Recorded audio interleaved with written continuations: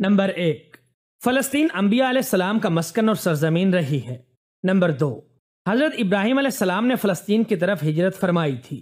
Number 3، اللہ تعالیٰ نے حضرت لوط علیہ السلام کو اس عذاب سے نجات دی جو ان کی قوم پر اس جگہ یعنی فلسطین میں نازل ہوا تھا۔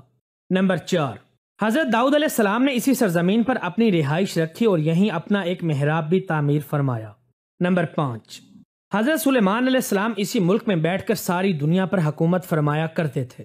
نمبر 6، چونٹی کا وہ مشہور قصہ جس میں ایک چونٹی نے اپنی باقی ساتھیوں سے کہا تھا کہ اے چونٹیوں، اپنے بلوں میں گھس جاؤ، یہیں اس ملک میں واقع اسکلان شہر کی ایک وادی میں پیش آیا تھا جس کا نام بعد میں وادی نمل یعنی چونٹیوں کی وادی رکھ دیا گیا۔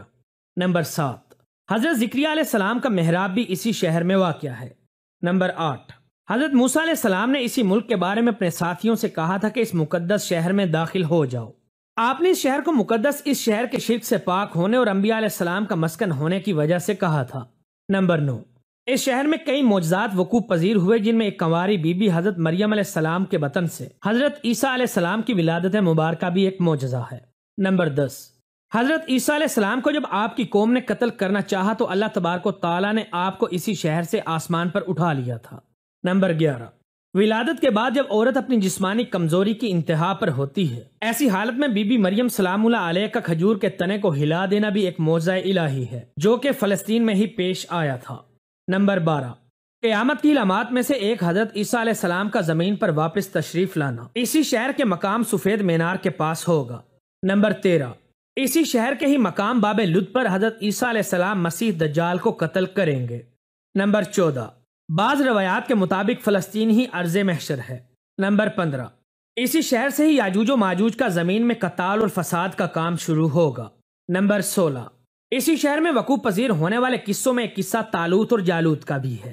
نمبر 17، فلسطین کو نماز کی فرضیت کے بعد مسلمانوں کا قبلہ اول ہونے کا اعزاز بھی حاصل ہے جب حضرت جبرائیل علیہ السلام دوران نماز ہی حکم ربی سے آقا کریم علیہ السلام کو مسجد اقصی فلسطین سے بیت اللہ کعبہ شریف مکہ مکرمہ کی طرف رخ کروا گئے تھے۔ جس مسجد میں یہ واقعہ پیش آیا وہ مسجد آج بھی مسجد قبلتین کہلاتی ہے۔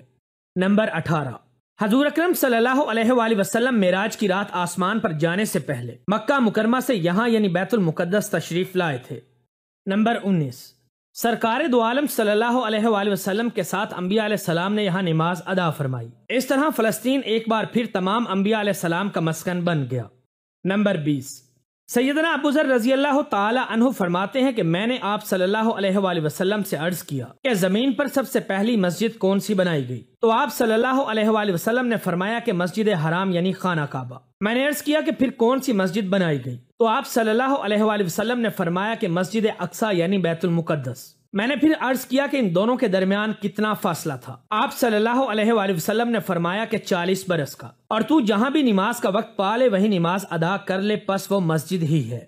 نمبر 21، آپ صلی اللہ علیہ وآلہ وسلم کی وفات کے بعد حضرت ابو بکر رضی اللہ تعالی عنہ کو اقتدار کے فتنہ اور دیگر کئی مشکلات سے نمٹنے کے لیے عسکری اور افرادی قوت کی اشد ضرورت کے باوجود بھی ارض شام یعنی فلسطین کی طرف آپ صلی اللہ علیہ وآلہ وسلم کا تیار کردہ لشکر بھیجنا بھی ایک ناقابل فراموش حقیقت ہے۔ نمبر 22، اسلام کے سنہری دور یعنی دور فاروقی میں دنیا بھر کی فتوحات کو چھوڑ کر محض فلسطین کی فتح کے لیے خود سیدنا عمر رضی اللہ تعالی عنہ کا چل کر آنا اور یہاں پر نماز ادا کرنا اس شہر کی عظمت کو اجاگر کرتا ہے۔ نمبر 23، دوسری بار معراج کی رات بروز جمعہ 27 رجب 583 ہجری کو سلطان صلاح الدین ایوبی کے ہاتھوں اس شہر کا دوبارہ فتح ہونا بھی ایک نشانی ہے۔